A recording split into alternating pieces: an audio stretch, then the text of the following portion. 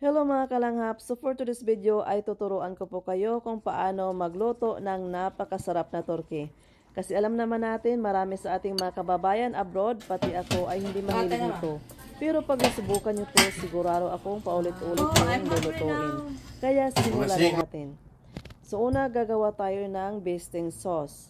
I-combine ang light soy sauce, brown sugar, dark soy sauce, white vinegar, kalamansi na pinipigaan. Huwag niyong itapon kasi sayang, dagdag flavor yan. Magpiga ng mga 2 kalamansi juice. Ilagay nyo rin ang balat, huwag niyong itapon. Garlic, onion. Haluin lang natin to at huwag kalimutan ang ginger. Konti lang para pampabalance ng ating sauce. So tikman nyo to at set aside. So next step, ipapakita ko sa inyo ang ating first herbs na pang stuff natin sa ating turkey. Rosemary, spring onions, fresh bay leaves at saka lemongrass. Pero ang lemongrass ay frozen. Dinikdik ko lang yan.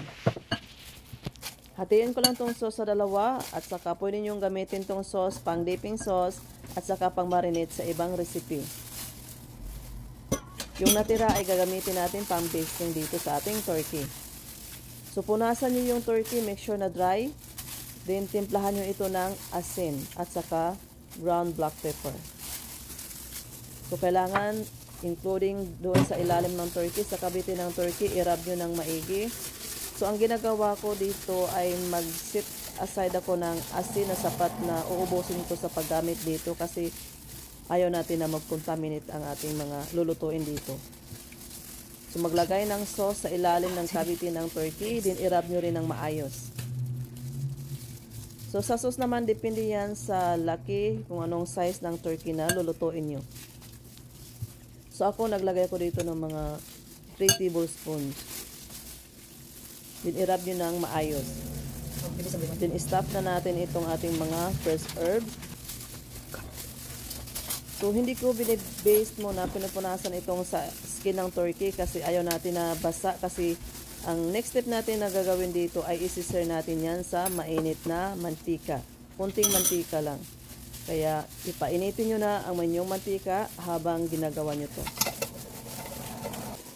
Yung lemon, kailangan i-poke nyo few times para lalabas yung kusa yung kanyang lemon juice sa ilalim to make it juicy.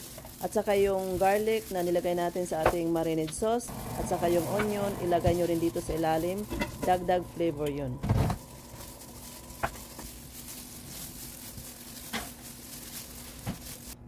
Pagkatapos, lagyan nyo ito ng garlic powder sa ibabaw. Pwede wala na, pero optional lang naman to. Pero mas maigi kung may garlic kasi mas masarap. So, pahira ng olive oil, kailangan i-rub nyo sa kasulok-sulukan ng ating turkey at talian natin ito para magandang ating presentation.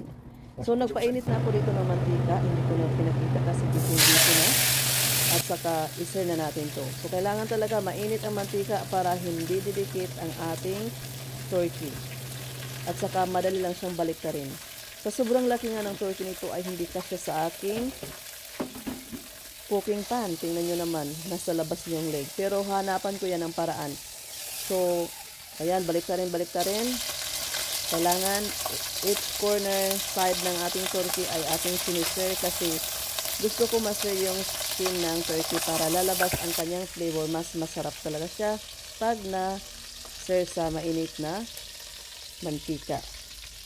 Pagkatapos, ilagay natin ito sa ating baking tray. Preheat the oven bago natin ito i-bake. Pero huwag kalimutan, i-base nyo muna ito ng sauce na ginawa natin. Kailangan lagyan nyo na generously naman ang paglagay nyo sa sauce. Bake for 350 Fahrenheit for 3 hours. And that's it, guys. Dito na nga. Napakasarap. Sana nagustuhan nyo ang recipe ito. Huwag nyo pong kalimutan mag-comment below. Thank you for watching and I hope to see you next time. Bye!